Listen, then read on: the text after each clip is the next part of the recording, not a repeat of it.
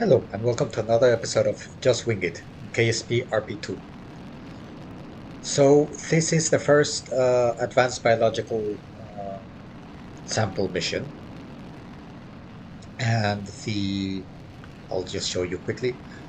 So, we need to reach an orbital velocity of 2000 meters per second, which should not be a problem. Let's actually just keep that here. And 140 kilometers, having sufficient avionics, payload of 200 units of sounding payload. Uh, and yeah, the advanced biological capsule. I also have a normal capsule, just piggybacking here to finish the experiment, but it was not required.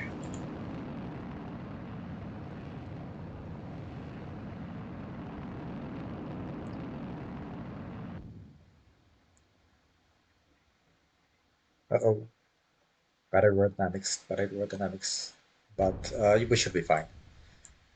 We definitely went past 2000 the orbital speed, and we have more than enough leeway on the altitude. So regardless of how much drag we have, we'll be fine. I did notice something after I ended the previous episode that now we're finished with all the like normal biological sample and film return camera missions. Like I didn't get any other offered. We still have, actually, let's quite a bit. This one is only valid uh, in space, not a high altitude. And this one we still have quite a bit of time left on it, so we'll just have to be sticking these to other missions. So I don't know if I'll just launch more of these missions just to get the science, or I'll just end up sticking up the experiments on other missions. So we'll see. Close this.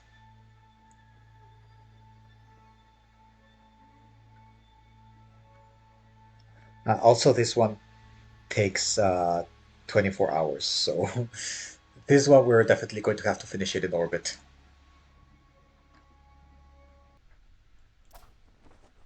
And touchdown. Let's go check the mission control to see what else we get with this. Let's see this. 36 in reputation, so that's actually quite good. And yes, we have achieved all the objectives for the program, so let's take a look at that. So 1.7 science, not a lot, but yeah, I mean, for the advanced biological sample, we took a fantastic chunk of 6 minutes out of its 24-hour duration. So yeah, not a lot. We do have 32 science in total, though.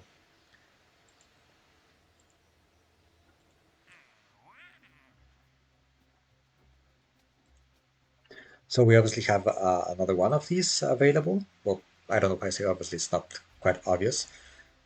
We do have two of these that we can complete. Reach an orbital velocity of 3000 meters per second.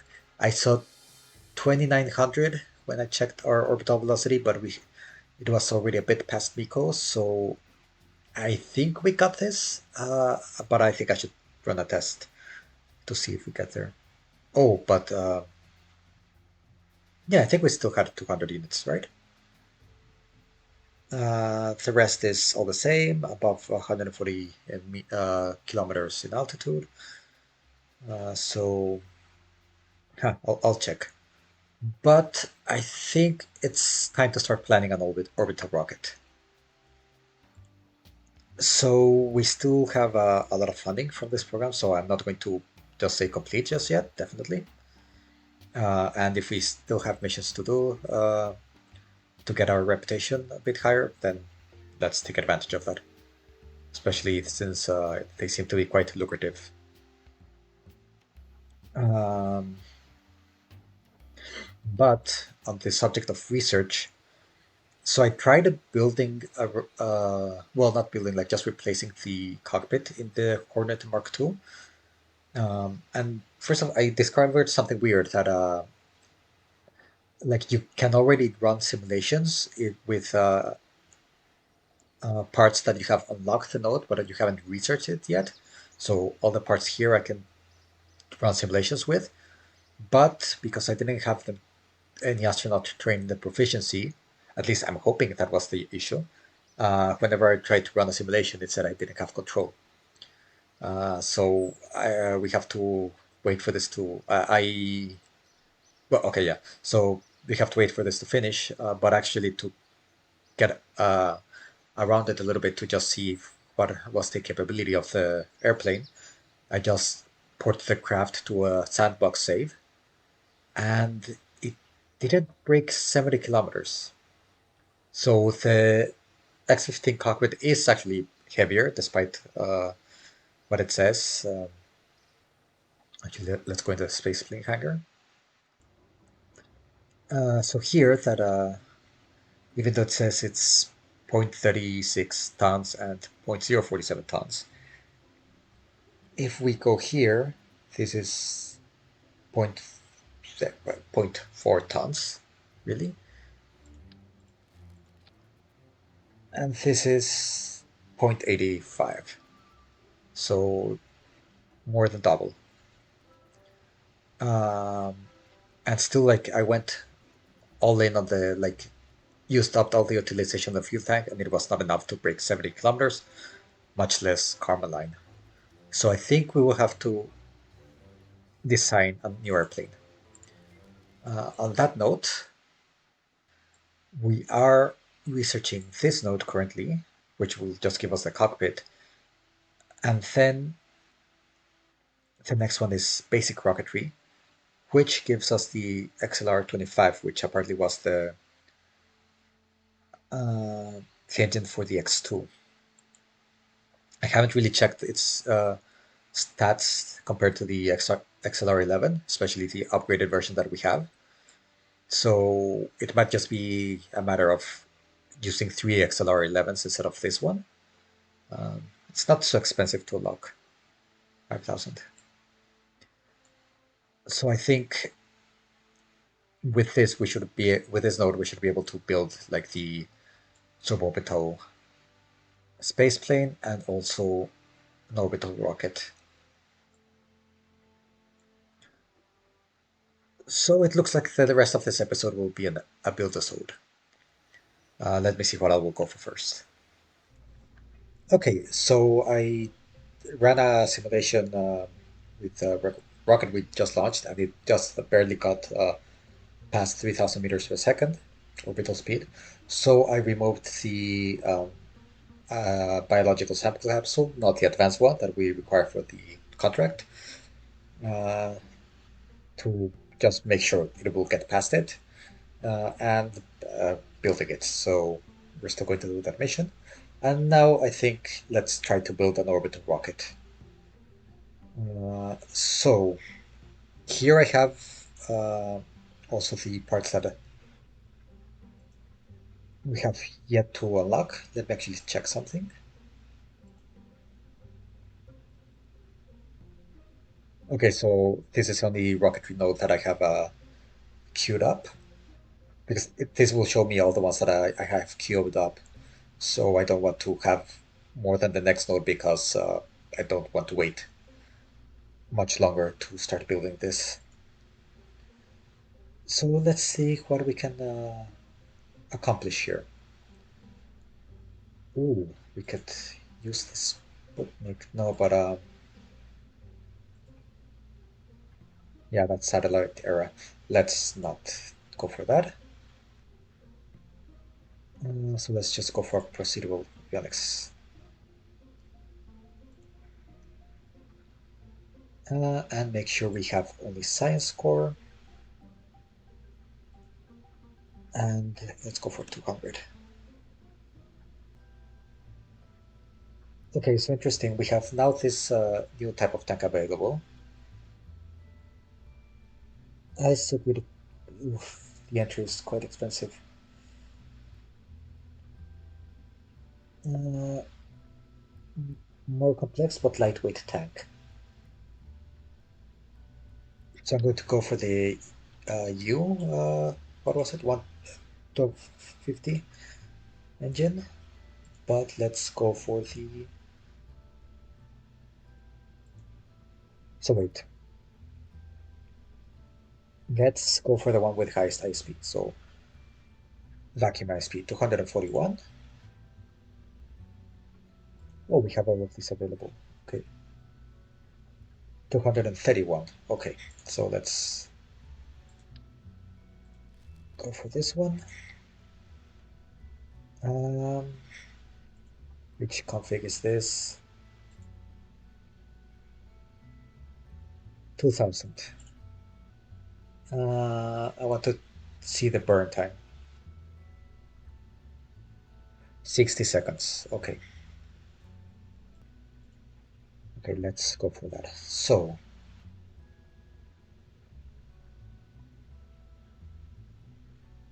this is 765 kilos. And this is 851 kilos. Actually, I should have gone for delta V, 3071 meters per second to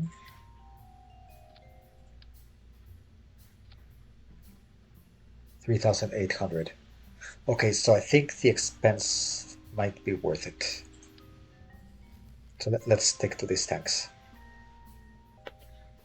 Okay, so here's the interesting thing. I want so I'm going to go for a 3-stage rocket,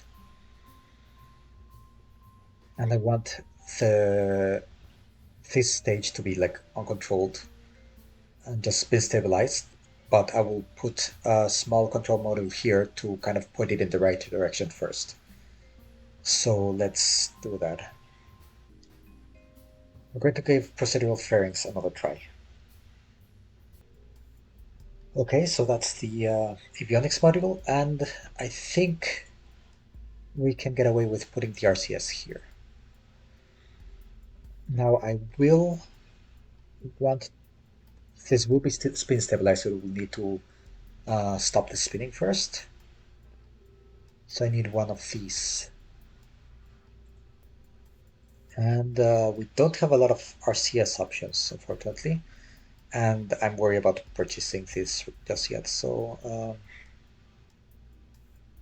1750, yes, let's switch to helium.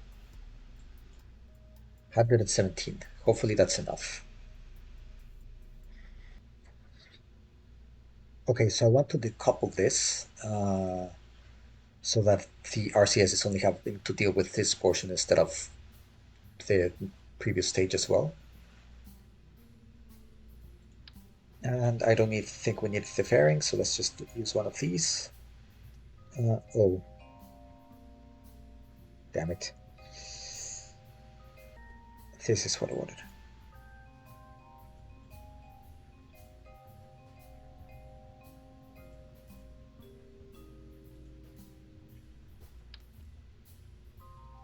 Okay, very good.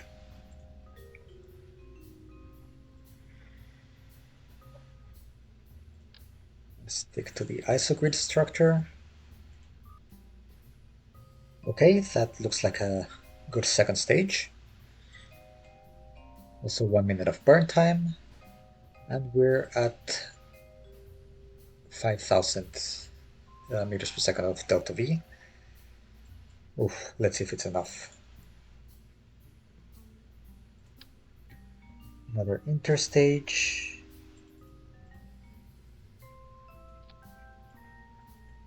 Is that on the right one?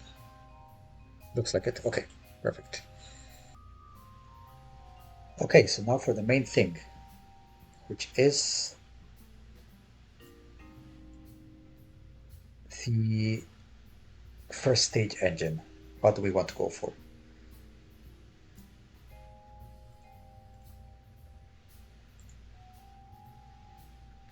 There is this LR89, well, 43/89.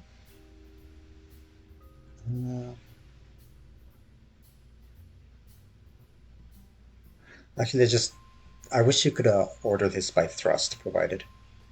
Uh, 617 kilonewtons, 383, 333, 284, 307.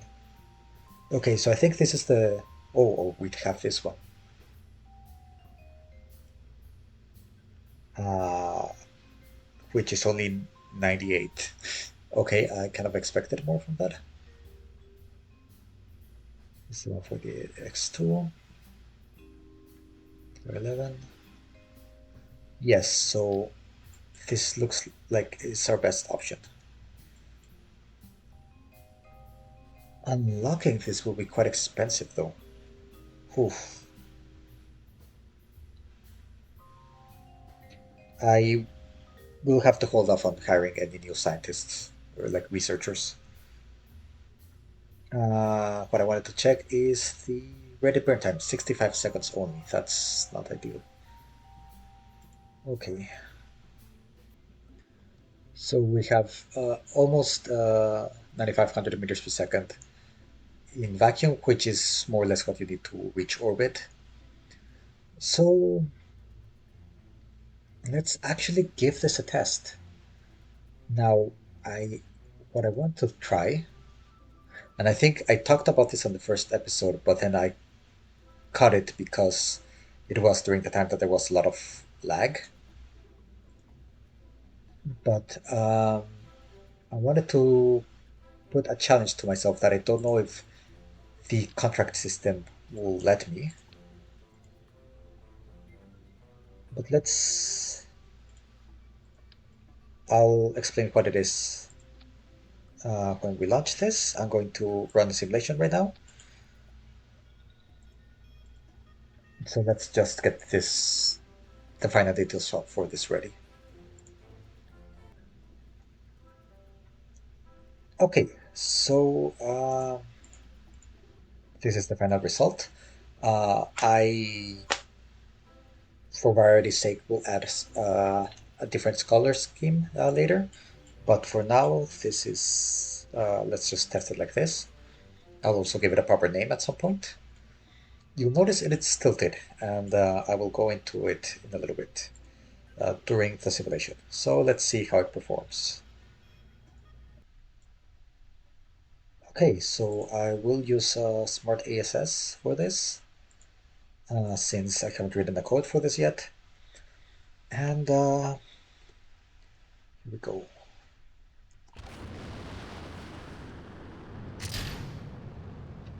So the reason why we're starting tilted, I don't have control, as you can see here. And this is a challenge that I wanted to put on myself. But given that contracts sometimes require us to have avionics, I don't know how viable this would be. But a bit of history while we follow this is that the first orbital rocket of Japan was actually unguided. So after the war, Japan was not allowed to build any guided rockets because guided rocket between an orbital rocket and an ICBM is just the payload. So obviously the winners didn't, the Allied winners didn't want that to happen, so they put that restriction. Ooh, right.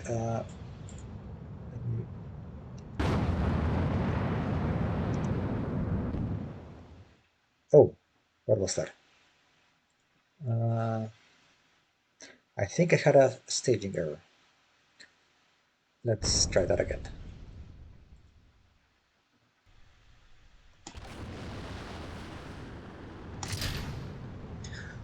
So yes, so Japan wasn't allowed to do any guided rockets, but they were allowed to do guided upper stages. So since they still wanted to get into the space game, they decided, okay, let's just make a non-guided rocket that follows a natural gravity curve, and then the last stage can put it in the right direction before firing off again, a la Explorer style. And that's exactly what they did. They would start the rockets at an angle with a high thrust to weight ratio, so they wouldn't just immediately like turn over and go into the ocean. And they managed to get into orbit with a rocket that only had a guidance for the last stage. And I think that's a cool challenge to try. So this is my attempt. Um,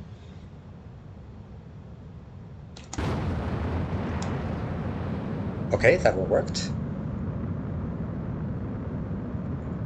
Oof. Okay, we're not stable.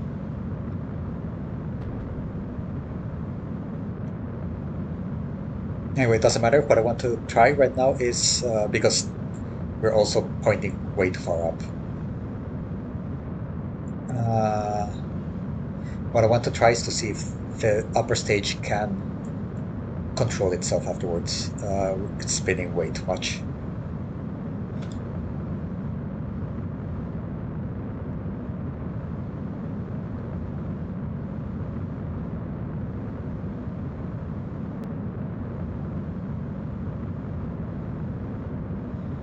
I don't know the details of the design of the Japanese rocket. I am definitely not using any Japanese engines right now.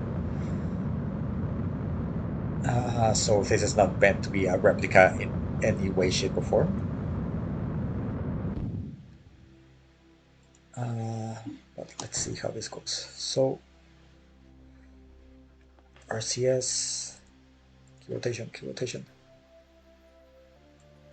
Wobbles, the wobbles are real. Uh, what is my RCS? Why is my... Okay, there, key rotation.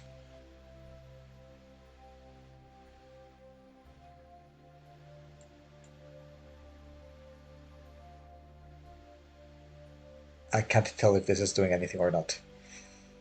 Um, Actually, let's look at the resources.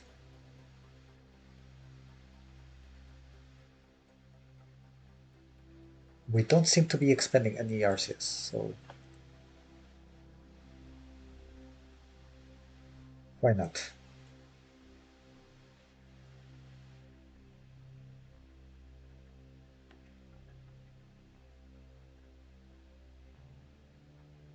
Okay, so there seems to be a slight problem with the RCS. Let's go back to the drawing board. Okay, so maybe let's set this as at an action group and see if that maybe it was just supposedly it's staging it in should activate it, but apparently that was not the case. Okay, so we were definitely going too steep, so let's. No, I want this. Yeah, let's try this. That might go overboard, but let's see.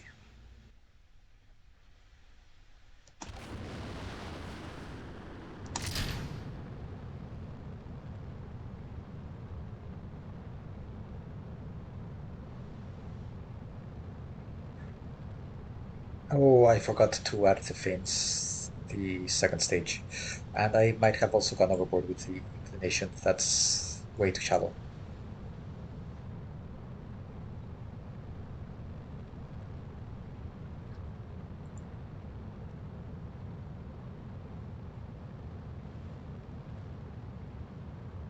Yeah, this is going to flip the moment we uh, stage.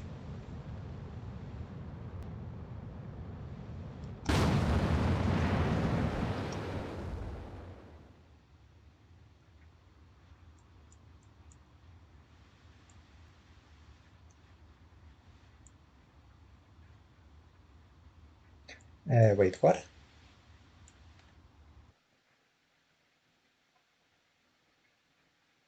Why did I lose a second stage? I'm not sure if it's... but anyway, let's try this.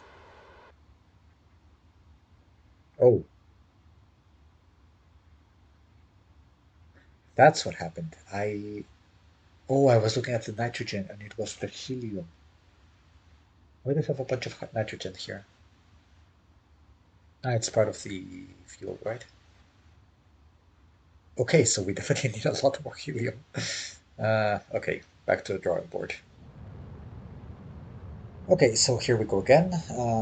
I added fins to the second stage uh, and decreased a little bit the inclination of the rocket. And I kind of wish that there was a way to stop the spin stabilization from being this extreme. I'll see if there's something else I can do.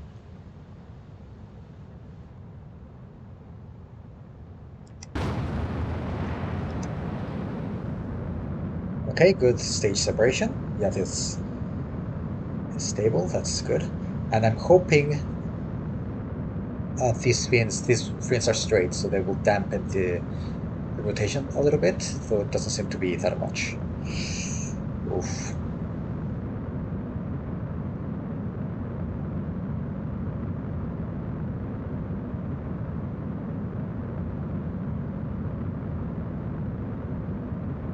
And it's definitely too much. Wow, that's very finicky. Okay, I notice now part of the reason why I lost my RCS fuel so much. Oh, why is it making it worse? Was because I left the throttle on, so it was actually using RCS to accelerate forward. Okay. I'm not sure if this is because it got worse when I turned on RCS. I don't know if this was because of the fairings and the problem I've been having with them. So I'm going to run some tests and be right back. Okay, so quick update on the design process. I decided to switch the first stage engine to the version of the RD100 that we will be unlocking soon, which is the RD103, because it has 130 seconds of burn time. Like the other record had a lot, the other engine had a lot of thrust, and we were really picking up speed quickly, but it still had only 60 seconds of burn time, which meant that we were staging in the still thick part of the atmosphere, which is, I think, what is causing the whole wobble issue. Um, I did an experiment without with any using the fins without any tilt, so we weren't spinning, and yeah, it didn't seem to be introducing any more spin. So I think we just have to be careful to not overdo the spin stabilization, and also try to stage further up in the atmosphere. So, but now it's actually underpowered. So we do have a decent thrust weight ratio, 1.3 at sea level. But with this, I have to. It, it basically takes a while to get up to speed, and I need to do barely like 1 degree of inclination in order for it to follow a good gravity turn. But then with such a small inclination, it can go pretty much in any direction at first. Because it's also not spin stabilized because I want to keep the angle of the fins to a minimum. So I think we're going to need boosters. I was also thinking of doing two engines, but we were talking of upwards to 60 tons. Right now we're at 34 tons. We definitely have a lot of delta V. So I'm going to see what kind of boosters I can put here that give it the kick it needs without adding too much weight. Okay, so this is the closest I got.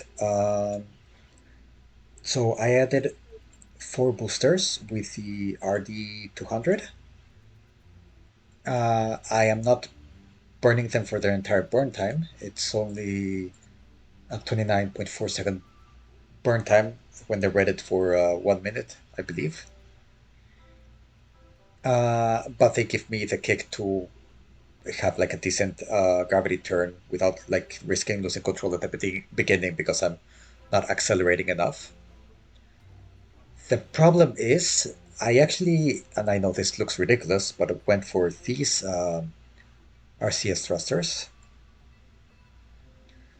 which are 223 newtons compared to the, uh, I think we were using the 45 or the 111, but the extension gives them more torque, and I still wouldn't be able to slow down the rotation. So I don't see this happening as far as doing it completely unguided. Plus, I also don't know if the contracts are going to allow me to do this because a lot of times they have avionics requirements. Now, what I am tempted of trying is instead of this avionics unit, remove this decoupler so it's part of this stage, give it enough power to control the second and third stage, um, and replace these engines for. I did see one engine that has gimbal that can be lighted in lit, can be lit in mid-air. Wow, where's my English going? And it's this one, the Veronique. So I'm thinking, well, I'll just modify this and show you. Okay, so this is what I came up with. It wasn't the Veronique, it was this S2.253. The Veronique did not have gimbal. I'm still host staging this, and let's just keep a similar.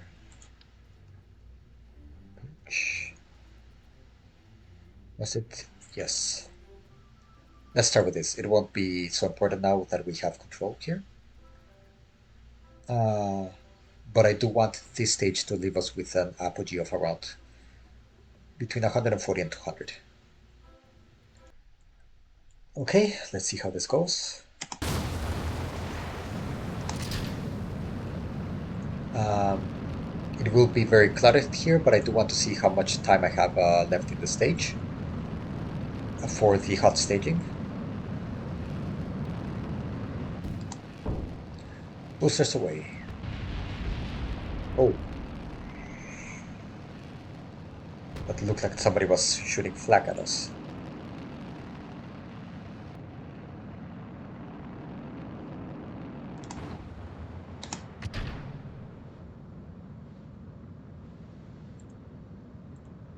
Okay, the trajectory will still need some work. It left us at a very high apogee. So actually, I think let's just aim to the horizon. But yeah, I'm not testing that. I was just testing the viability of this configuration. And it honestly looks very promising. Fortunately, we will have to buy a lot of engines. It's going to be very expensive. Um, and I might experiment with some other concepts. I mean, we still can't buy any of the engines or anything. They're still being researched. The thing I do want to start doing is building the launch complex. But yeah, I'll see because I don't know. I just felt that the RCS was very underpowered and should have been able to handle the rotation. It seems like the kind of thing that you would need for something like Explorer, anyways. But it was the upper stage of Explorer was much smaller, so maybe it was that thing.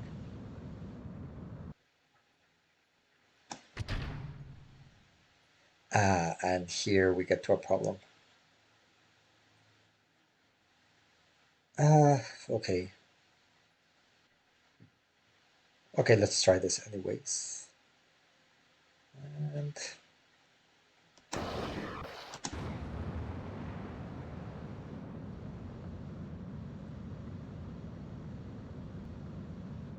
okay, so not right now the main problem that I have is that there's no guarantee that uh, like if I had waited to detach the stage at the moment where we needed to fire near apogee, I had no guarantee that it wouldn't slowly drift and point in the rocket direction, and had no way of securing that it stayed there. But I mean, we definitely got it to orbit.